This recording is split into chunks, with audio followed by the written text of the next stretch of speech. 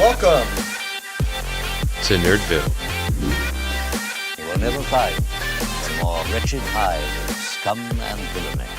You must be cautious. Today, we're going to take a look at Star Wars The Clone Wars, because if you haven't watched it, you definitely should. We're going to give 4 big reasons you should watch this show, if you are a Star Wars fan. Starting with the characters, acting, story, ending with the art style. Unfortunately, to make our point, we can't avoid a few spoilers to convince you. We both really enjoyed this series. In fact, I was a Star Wars fan who hadn't seen this show.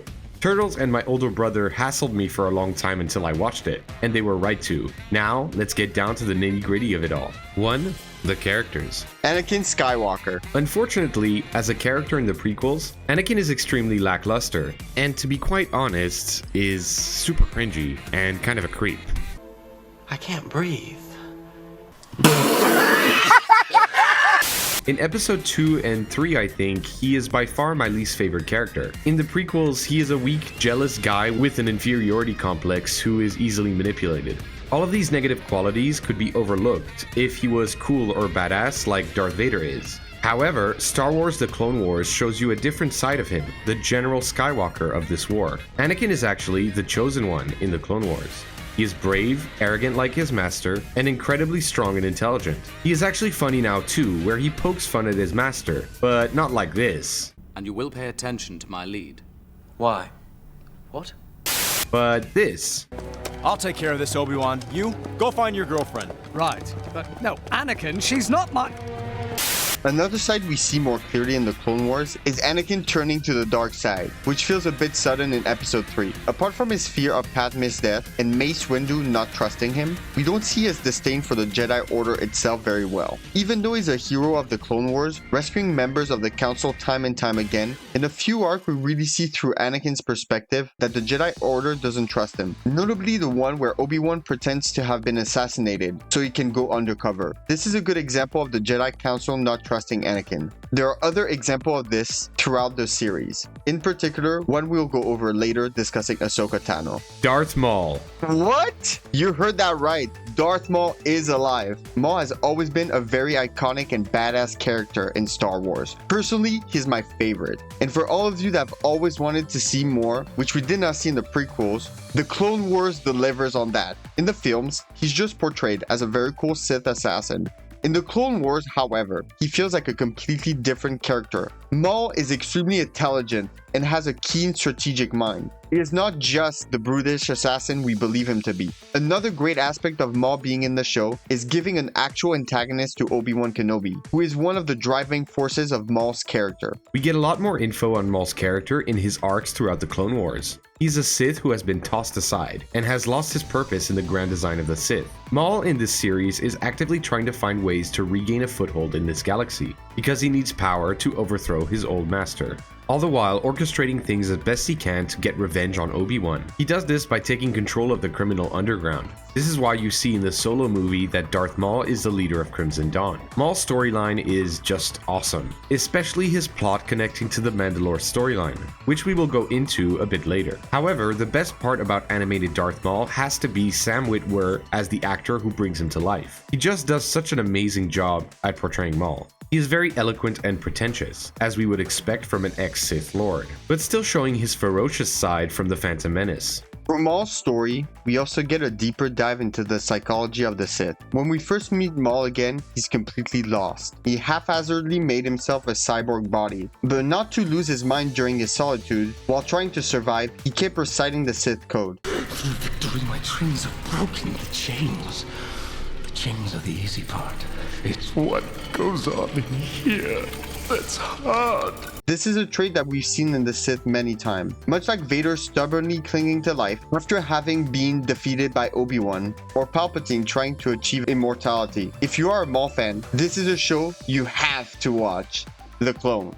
The clone troopers are not characters we get to know a lot in the prequel movies. Therefore, we don't really feel betrayed by them as we should be. What we really feel is sad that the Jedi are getting slaughtered, not the betrayal of the clones necessarily. This animated series goes in depth on those characters, not only their specific personality traits, but their relationship with their Jedi generals and commanders. The most notable of these clones is Captain Rex. who, let's be honest, deserves an entire section of the video dedicated to him. That's what I'm talking about! That's why he's the MVP!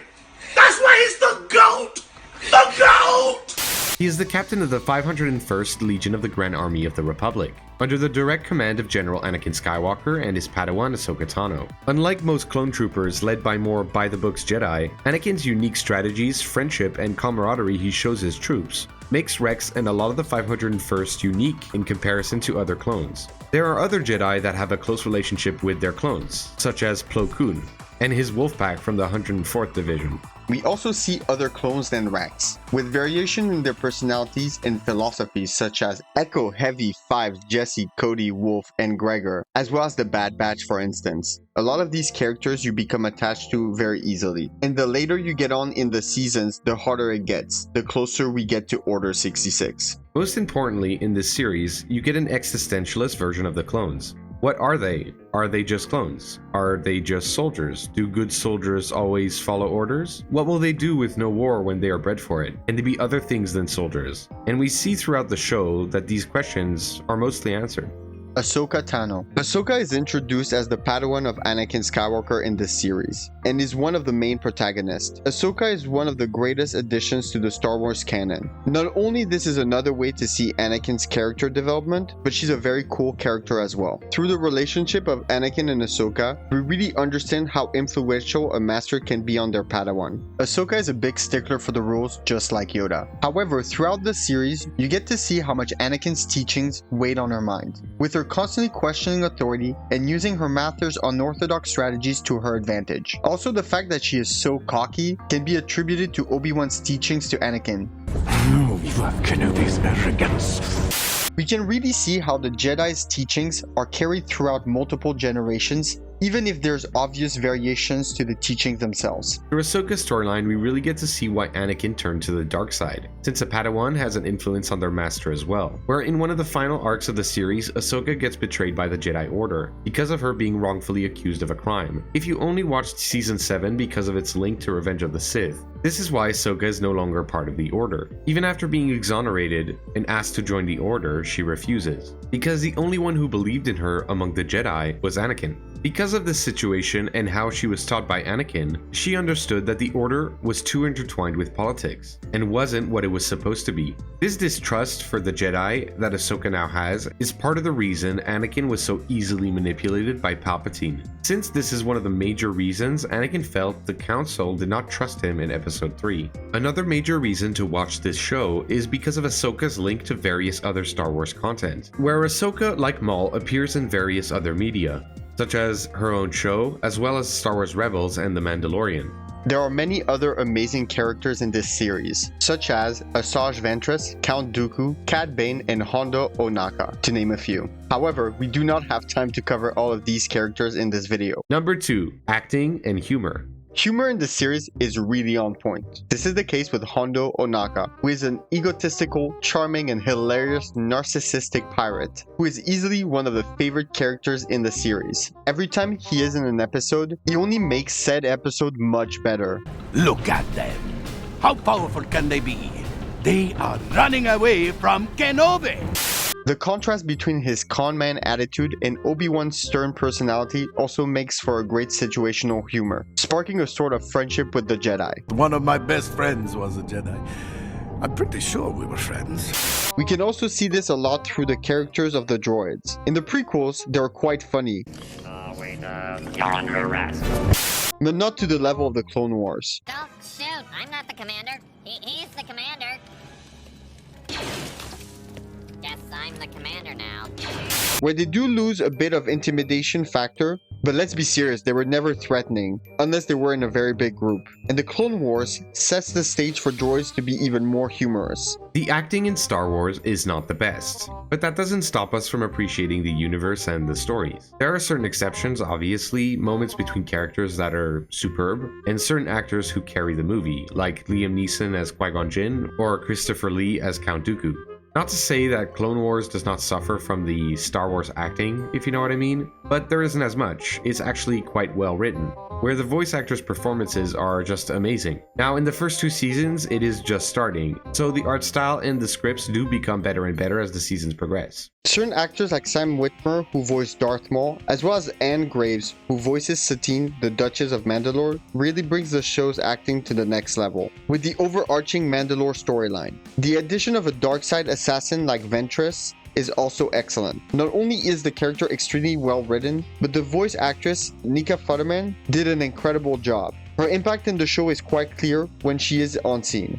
Number 3. The story. Through this story, we also get a better view at the Star Wars universe as a whole, discovering new planets, alien species, and even more lore behind the Force, such as visiting Mortis, a place where the Mortis gods, very powerful Force entities, are waiting for the Chosen One. There are other lore-expanding concepts, such as the way in which you become a Force ghost, in one of the final arcs of the series. It's not just about the Force though. We also get more information on all walks of life in the Star Wars universe, especially bounty hunters, with how prominent they are featured throughout the series. The long thread that is the plot involving Mandalore is where the story really starts to kick off, and you feel like there is an actual story, leading somewhere elsewhere than the climax of the Clone Wars. While the Clone Wars is a great show, sometimes it feels too episodic, where we go from one battlefield to the next, without necessarily having a continuing plot thread. The stories themselves are quite interesting, with, as we said, a deep dive on the clones and the Star Wars universe as a whole.